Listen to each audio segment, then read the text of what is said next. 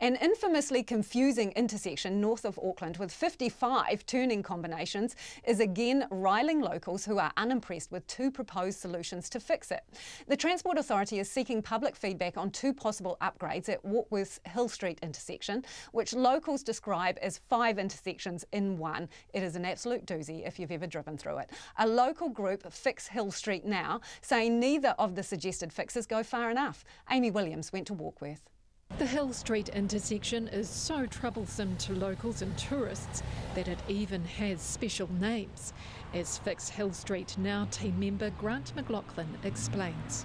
You could do what's called a millie. You go up Millstream Road and then to a U-turn, then come back in. When they trialled closing Elizabeth Street to see if that relieved congestion, people would actually just go up there and do a U-turn up there. We called a millie. But when they stopped, initially closed off the right-hand turn into Hill Street, people came down the left slipstream from the north and then turned into the traffic lights. We called that a hilly. As a former hearings commissioner and lawyer, Mr McLaughlin is familiar with planning issues. He drives through the infamous Hill Street intersection each day and says it's dangerous because it's confusing. There's always something going on. Remember, it's 5 intersections within 30 metres, and the route that I usually have to take, I have to give away 3 times to get into town. It's quite confusing for a lot of people. I just have to be extra cautious. He says NZTA's proposed fixes will not solve the problem of congestion and confusion for drivers.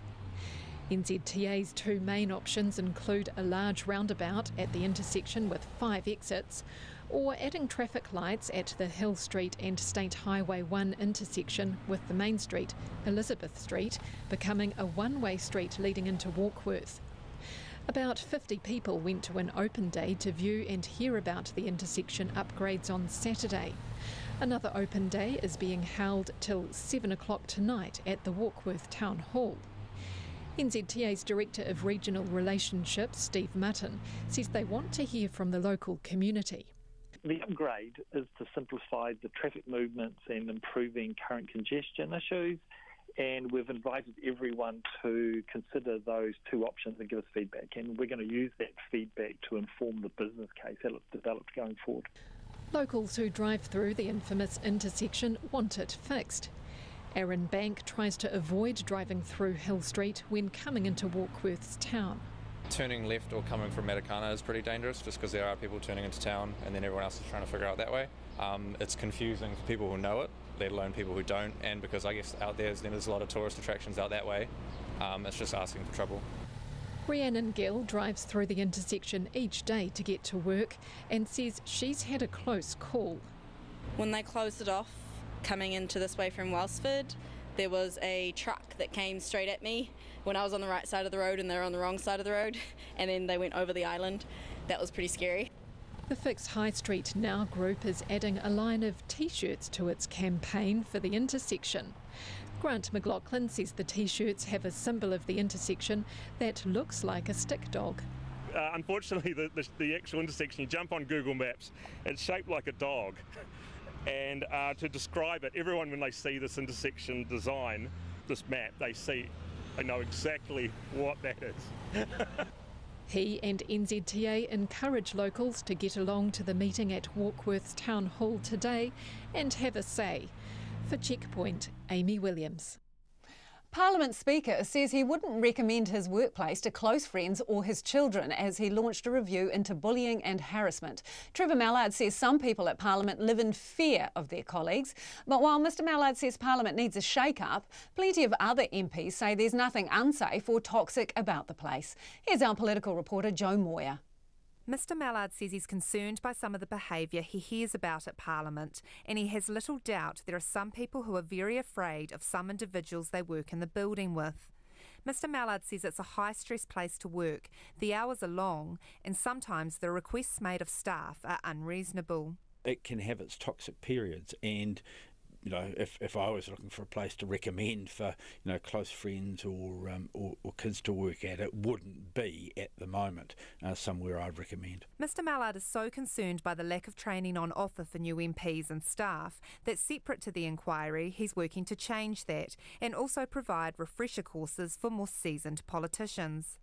So do MPs think it's a safe place to work, or do they agree with Mr Mallard that it's toxic?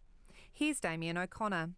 I've found it always safe. Greg O'Connor. Well, I haven't seen anything that would make it look otherwise. And I look for that. I'm fortunate enough to have had a lot of employees in the past before I came here.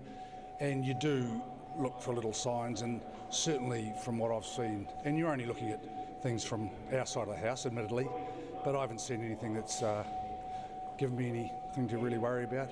I'm very conscious of that sort of stuff, I suppose, especially having come from police and having seen how things can go wrong if you don't stay on top of it. Megan Woods. Oh, look, I think Parliament's a unique workplace, and it's certainly, there are things that I think could make it a more pleasant place for people to work. It's not something that I personally have ever found a toxic workplace, but I acknowledge that for some people it is a difficult place. Chris Farfoy. It's a strange old workplace. I've been here for a while in a few different guises and seen some things I probably wouldn't want to see.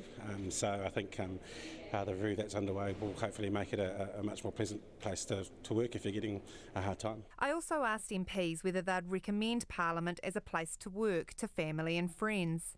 Here's James Shaw. Yes, I would. It's not an unpleasant place for everybody. But it's, and I think the thing about what the Speaker's announced is that it's making it a safer place for people. Judith Collins. Yeah, I think it has a very good health and safety culture, and compared to many other workplaces, I think it's actually generally pretty safe. Greg O'Connor. I've got a daughter, and that's actually the very test I've applied, is saying would I be happy for my daughter to be working here, and I would, yes. Damien O'Connor.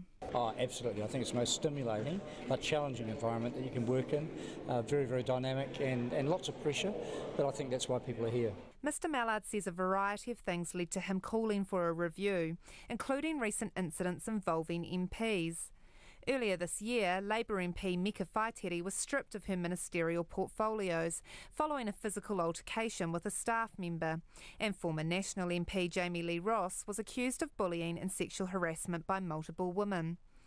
The latter prompted the National Party to conduct its own review into the party's culture. This was Ms Whaitiri's response to whether she thinks Parliament is a safe place to work. That's what the Speaker's review is going to be, and I support him doing that. Ms Whaitiri is already undergoing professional development at the request of the Prime Minister, and by the time the next crop of new MPs enter Parliament, it's likely there will be new training on offer. From Parliament for Checkpoint, Jo Moyer.